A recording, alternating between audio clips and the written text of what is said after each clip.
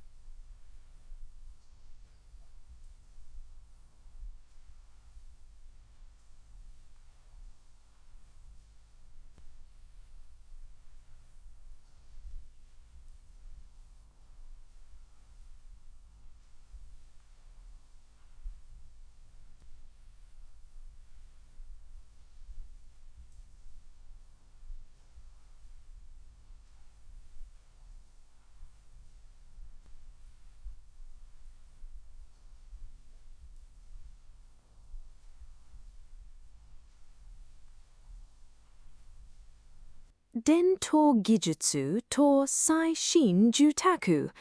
A new exhibition in Tokyo is open now. It shows how traditional Kumiko woodwork meets modern design. Kumiko is a delicate way to join wood. It does not use any metal nails. There are over 50 unique wooden patterns on display. Tech companies are working with these traditional craftsmen. They are hiding smart home sensors inside the wooden frames. This makes the home look beautiful and feel functional. The goal is to keep old skills alive. It helps these techniques stay useful for modern living. The exhibition will run all through the summer. You can see it in 3 major cities in Japan. Moving on to our final story. Shinjuku Station is testing new infrastructure. It is designed for delivery robots and mobility devices. The test covers 500 meters of the busiest station corridors. These new paths are 30% wider than before. This allows robots and people to move together safely. The paths use special sensors to talk to the robots. This helps reduce crowds in the station. It also makes small package delivery much faster. Shinjuku Station is the world's busiest railway hub. Testing here is a very big step. A wider rollout to other stations starts in late 2027. This will change how we use large train stations. That is all for our news today. Today, we learned about new solar power, modern wooden art, and robot-friendly train stations. You are doing a great job with your listening practice. Keep practicing your English every single day.